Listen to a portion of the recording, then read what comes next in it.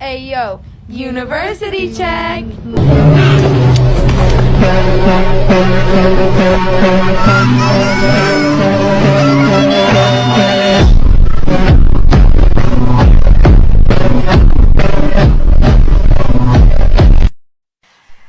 Hello, good morning our lecturer, good morning our friends in this class. How are you in this morning? I hope you are in a good conditions. We are from group 6, 1-2 presentations. Our topic is in this morning about grammatical equivalence.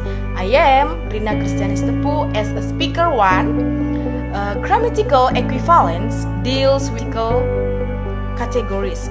From Beckers explains that it describes difference in the grammatical structures of the source and the target language often results in some changes in the information's content of the message process of translations. This change may the form of adding to the target text information which is not expressed in the subtext.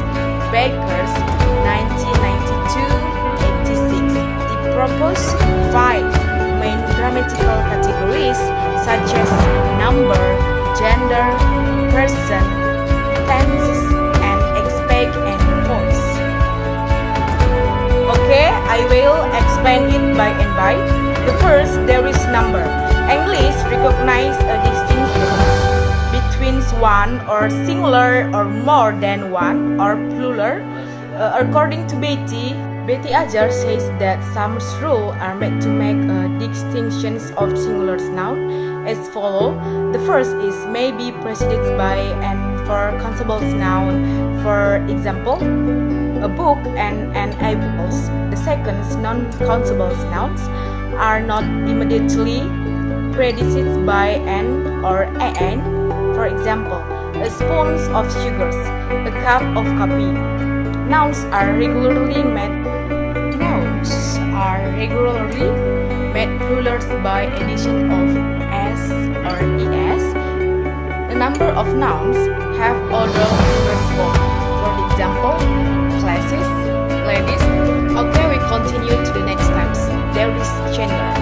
English doesn't have a grammatical category of gender discharge, such as English nouns are not regularly inflected of distinguish between feminine and masculine. Gender distinctions are generally more relevant. Translation forms of the nouns or pronoun is human. Gender distinctions in inanimate objects such as car or ship, and in animals such as dog and cat are sometimes manipulated in English to convey expressive meaning, particularly, but they don't know, often cause difficulty in non-literary translations. The genders category in English as follows. The first, the gender distinctions nevertheless exist in some semantics area and in the person system.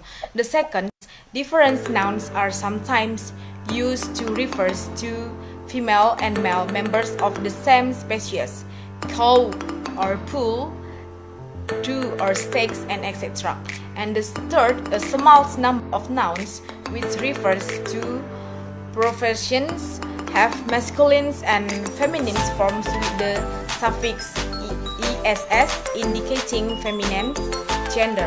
For the examples, actor or actress, host or hostess, and steward or stewardess, and etc. Okay, we continue to the next types. There is a person. We know that person is orang.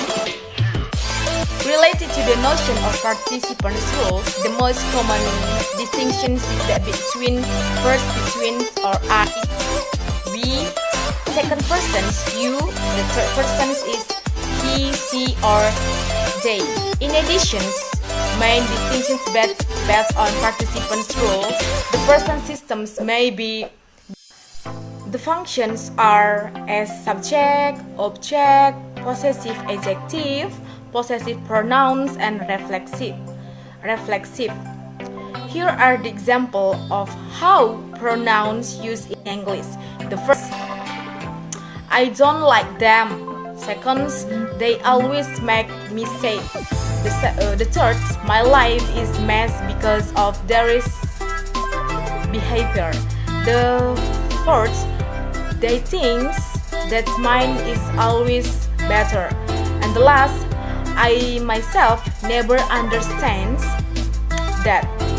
Okay, we can see in this slide above, there is no parameter used as measurements to use the categories above in English. For the examples, I don't have it source, I don't have it Mirna. It doesn't matter of whoever addressive, whether as or he, someone should be respected or not. Pronoun I is used. It is very different in Bahasa Indonesia. Okay, we continue to the next types. There is tense and aspects. Tense and aspects are grammatical category in a large numbers of language.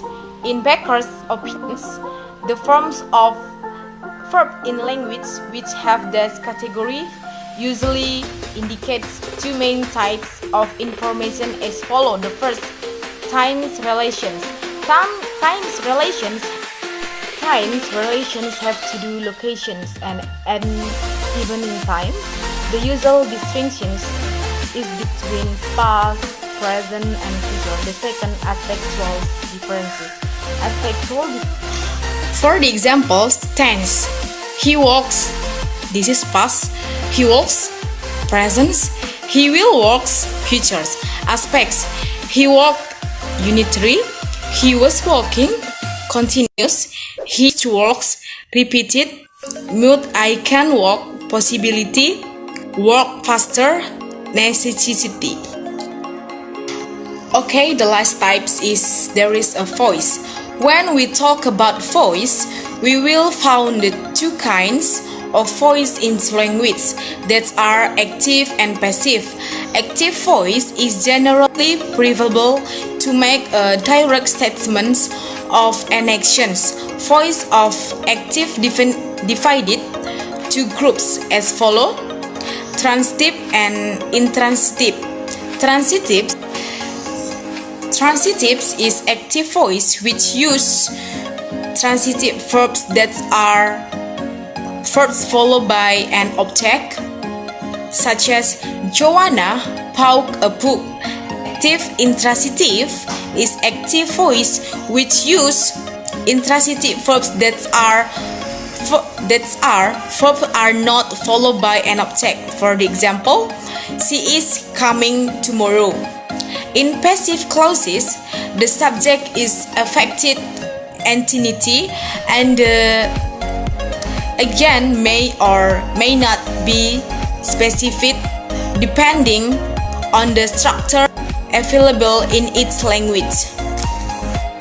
It relates to principle used to make a passive sentence from an active sentence in English as follow: exchange to S with O. Change the predicate form of V with B verb 3. The second, add the word by in front of the former as. The example is John was helped by Mary. From an active sentence, Mary helped John. Based on the example, only transitive verbs or verbs that follow by an object are used in passive. I think that's all my explanations about the definitions and the types of grammatical equivalence. We can continue to the next speaker.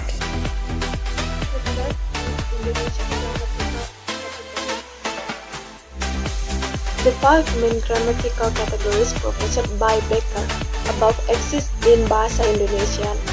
Sometimes the rules are more complex or simpler than English. In cases, the translation is longer or shorter than the target text. The first is number. In most languages, the concept of singular, plural, and generic are exist. In bahasa Indonesia, singular is marked with the using of words satu, suatu, or esa. They use for countable nouns. For example, the first is aku masih menunggu dengan sabar datangnya satu keajaiban, meskipun aku sendiri sudah lelah. The second is aku berharap kepada Tuhan yang Maha Esa agar Dia memaafkan aku dan menerimaku di sisinya saat aku kembali. Meanwhile, for non-countable nouns are marked by adverbs of measure that should be placed in front of the nouns in order to be able to count, such as gram, ton, centimeter, kilometer, persegi, liter, kubik, including words express the name of nouns place such as karung, kaleng, gelas, truk, and gerobak, and also words of seikat, sepotong, sekerat, setumpuk, dan seiris.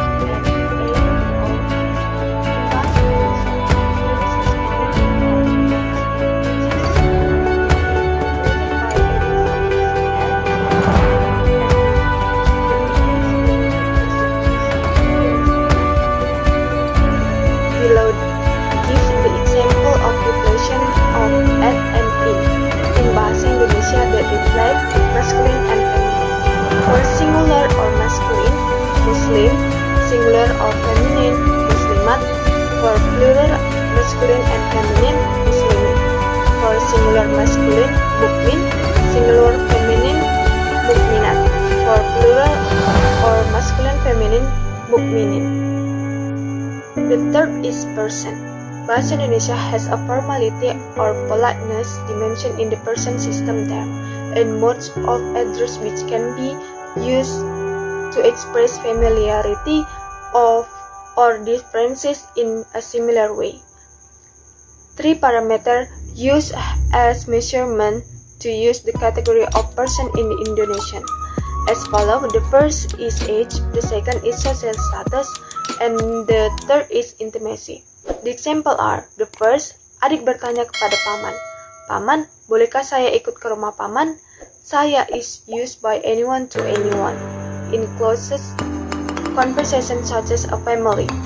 The second is, kata adik kepada teman sekelasnya, "Kemarin aku tidak masuk sekolah karena sakit." Aku is used to close friend, younger, lower status, and position. There is no agreement of verb related to person category in bahasa Indonesia. For example, the first is, saya mengirim pesan itu. The second is, kalian mengirim pesan itu. The fourth is tenses and aspects. Indonesia does not have tenses and there is no agreement of verb related to the time relation or spectral differences. We can say something in the same form or with actions in past, present, or future. To indicate past, present, or future, temporal determiners and adverbs of time are used. For example, kemarin, tadi malam, dulu, etc. The example are: the first, dia tinggal di Paris selama 10 tahun, tapi sekarang dia tinggal di Roma. A aspect of time exists in Bahasa Indonesia like in English, but it is only marked by specific words. Progressive activity are marked by the words masih and sedang. For example, the first, aku masih mengerjakan skripsiku sampai hari ini. The second is, John and Mary sedang ngobrol di telepon. The fifth is choice. Indonesian passive can be made from the active one, provided that the predicate is a transitive verb. The principle in making a passive sentence from an active sentence in Indonesian, the first is change subject with object. The second is change the prefix me with di in predicate. And the third, add the words oleh in front of the former subject. The example is active sentence. Saya memukul pencuri. Change into pencuri dipukul saya in passive form. Besides using prefix di, Indonesian passive sentences are also constructed by using dar, which has two meanings. The first meaning is able to be done. For example, the first, acara itu terselenggara dengan dukungan masyarakat luas. The second is, sungai yang lebar dan berarus besar itu terseberangi juga oleh kami. The second is unintentionally happen. The example are, the first, hatinya terbakar habis mendengar hinaan itu. The second is, gadis itu tertipu oleh ketampanan pria miskin itu. And etc. Okay, I think that's about Indonesian grammatical categories. The next topic is problems of English-Indonesian grammatical categories in translation. It will be explained by our friend Rizka. Time is yours. Hello everyone. Now I will continue to explain the material about problem of English-Indonesian grammatical categories in translation. English and Bahasa Indonesia have some different in some linguistic area, including in grammatical rules. In translation, the translator tries to find the equivalence between the two languages. The principle that a translation will have equivalence between the relations with the source language is problematic.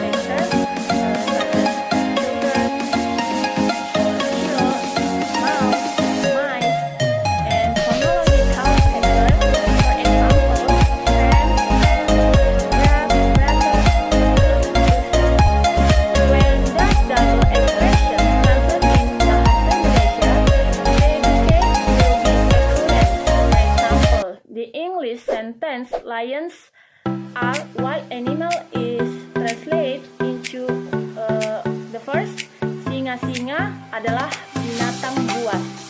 The second, para singa adalah binatang buas. The third, kaum singa adalah binatang buas. Fourth, banyak singa adalah binatang buas. The Indonesian translation above cannot be accepted in Bahasa Indonesia. First, seems useless to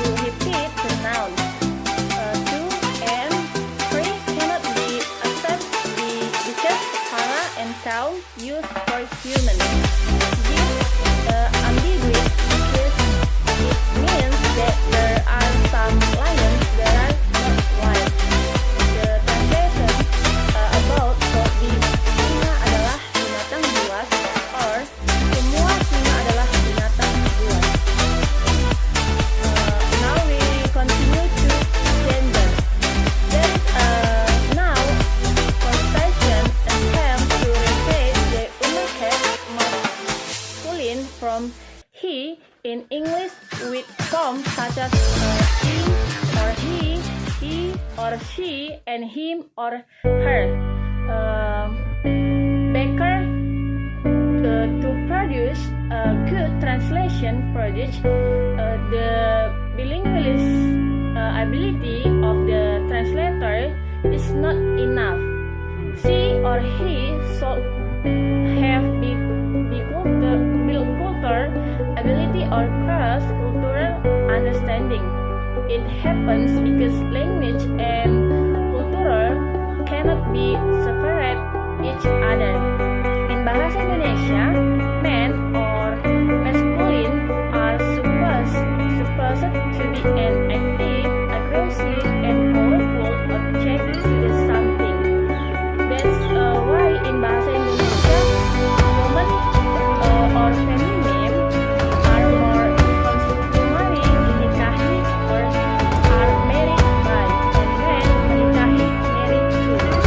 The translator get this notice when translating a German sentence from a man to his girlfriend in Hollywood movies.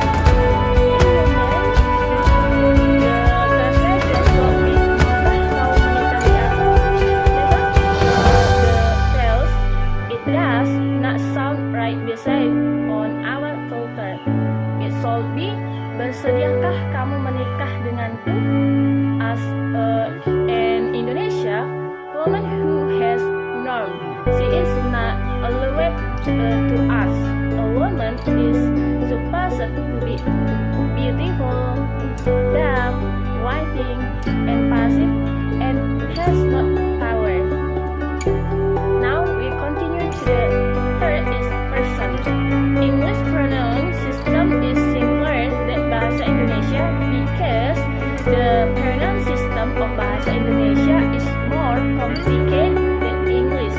The translator should understand the context well so that the choice can be assessed in the target language. In Bahasa Indonesia, semakupa. It sometimes makes the translator feel confused. English doesn't consider the relationship between the participants. The choice of pronoun system doesn't depend on the indicate or the politeness. Meanwhile, the pronoun system of Bahasa Indonesia depends on just accept the example. I don't know that. Ana.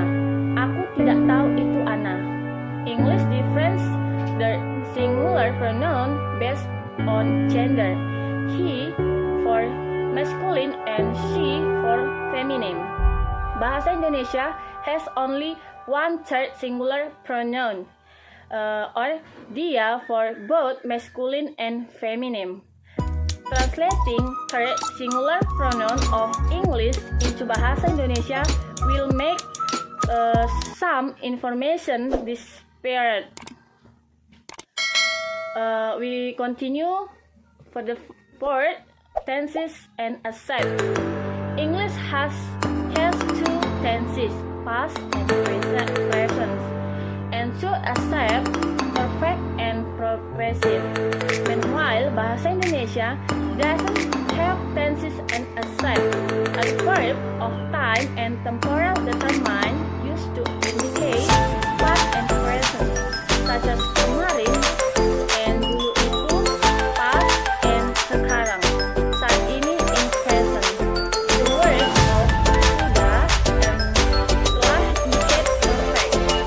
Meanwhile, progressive indicate now. Agreement of word, tenses, and accept in Bahasa Indonesia. Here are the examples for the word to have been written. Here for to hold, waiting for her boyfriend. Dia sedang duduk di sini selama 2 jam menunggu kekasihnya. The second, I will study at 10 and you will come at 12. I will have been studying for 2 hours by the time you arrive. saya akan belajar jam 10 dan kamu akan datang jam 12. So, saya akan sudah mati belajar selama 2 jam saat kamu tiba. The Indonesian form cannot be accepted in Indonesia because the word setelah or sesudah, akan, masih atau sedang cannot be had altogether in one sentence. The form should be the first. Dia sudah duduk di sini selama 2 jam menunggu kekasihnya dan sekarang dia masih duduk di sini. The second, saya akan belajar waktu kamu datang. Saat itu saya sudah belajar selama 2 jam dan saat itu juga saya masih belajar. For the example above, the translator will get difficulties in choosing the right form without change or adding the meaning. We continue. The five is voice. But English and Bahasa Indonesia have active and passive voice.